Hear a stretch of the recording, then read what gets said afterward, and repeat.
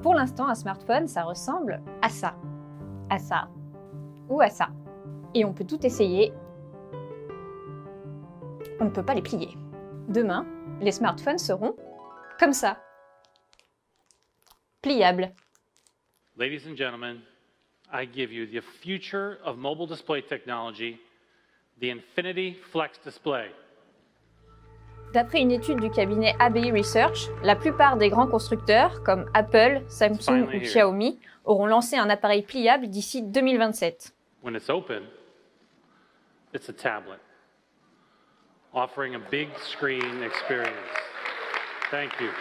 Dans 10 ans, toujours selon cette étude, il devrait y avoir plus de 248 millions de smartphones pliables, soit presque autant que le nombre d'habitants en Indonésie, le 4e pays le plus peuplé au monde. Samsung rêve de cette technologie depuis des années. Le premier projet a été présenté au CES de Las Vegas dès 2011. It's got a 4.5-inch flexible display that is not in manufacture yet, but Puis on avait dit que le smartphone pliable de Samsung arriverait en 2015, Wow, that's amazing. en 2016, en 2017, en 2018. Finalement, il a fallu attendre 2019.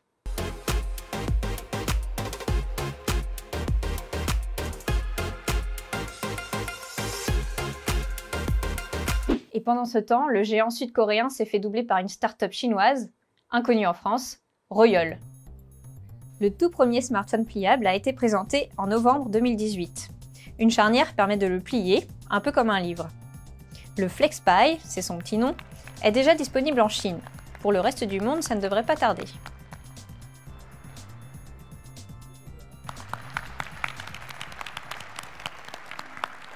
Mais pour l'instant, ce premier modèle tient encore du gadget. D'après les journalistes qui ont pu le tester pendant le CES 2019, le salon tech de Las Vegas, il ne vaut pas ses 1 300 $. Is it a good tablet? Is it a usable tablet? No. Is it a good phone? Is it a usable phone? No. It's kind of cool at first, but when you consider its overall design, it hardly seems remotely close to being a final product. There's still a good way to go before it's a polished thing. On est encore loin de la révolution annoncée. Et alors, Samsung fera-t-il mieux? Le géant sud-coréen a finalement fait sa grande présentation quelques jours après Royole. Pour l'instant, Samsung n'a pas présenté un smartphone entier, mais seulement un prototype d'écran. Les premiers smartphones pliables signés Samsung, les Galaxy F, ont de grandes chances d'être commercialisés cette année. On saura alors si Samsung se montre à la hauteur de son teasing. Signé Samsung. Mais ils ne sont pas les seuls sur le coup. Huawei a promis de sortir son propre appareil en 2019, et LG, Sony et bien sûr Apple préparent le terrain en déposant des brevets. Comme par hasard, juste avant le CES, une vidéo montrant soi-disant un prototype pliable du Xiaomi a fuité sur Twitter. Si le géant du smartphone chinois n'a ni confirmé ni infirmé l'authenticité de cette vidéo, il s'est quand même fait une belle pub. Hors de question pour les grands constructeurs de ne pas entrer dans la bataille du pliable. Mais en fait, les téléphones pliables, ça existe depuis les années 90. Et c'était déjà hyper tendance. Alors pourquoi les constructeurs veulent aussi tout à coup que les écrans soient pliables? Parce qu'ils en ont bien besoin. La majorité des gens ont déjà un smartphone, et d'année en année, les nouveaux appareils se ressemblent, il y a moins d'innovation qu'avant. En fait, depuis le premier iPhone il y a 10 ans, le modèle de base du téléphone portable n'a pas changé. Résultat, le marché arrive à saturation. En 2017, selon le cabinet d'études IDC, les ventes mondiales de smartphones ont diminué d'une année sur l'autre pour la première fois de leur histoire. Ok, le smartphone pliable arrive, mais pourquoi faire de plus? Ça reste à définir. Il ne s'imposera que s'il prouve son utilité. Ou alors il finira comme la télé 3D, dont tout le monde parlait, mais qui n'a jamais trouvé son public.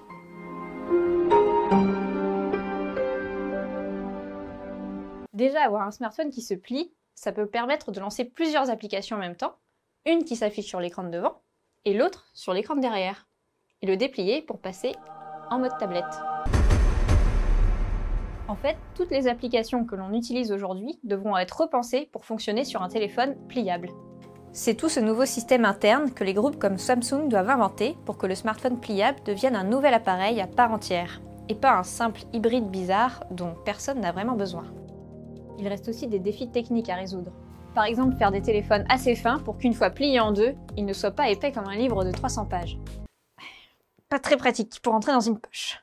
Ce qui veut dire aussi inventer des batteries fines et pliables, et des écrans capables d'être pliés et dépliés des centaines de fois sans s'abîmer. Et une telle techno, ce n'est pas non plus gratuit.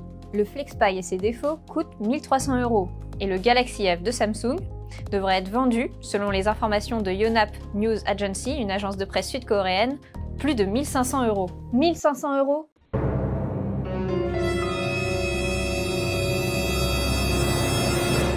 Vu le prix, ce type de smartphone devrait être un marché de niche, au moins au début. Mais dans les prochaines années, c'est l'écran souple, en lui-même, qui devrait devenir un incontournable dans le monde de la tech. Au CES, on a ainsi pu découvrir un téléviseur enroulable mis au point par LG.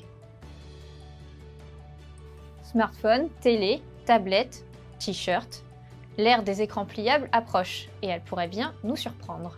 Okay, so this one's just to look at me pretty.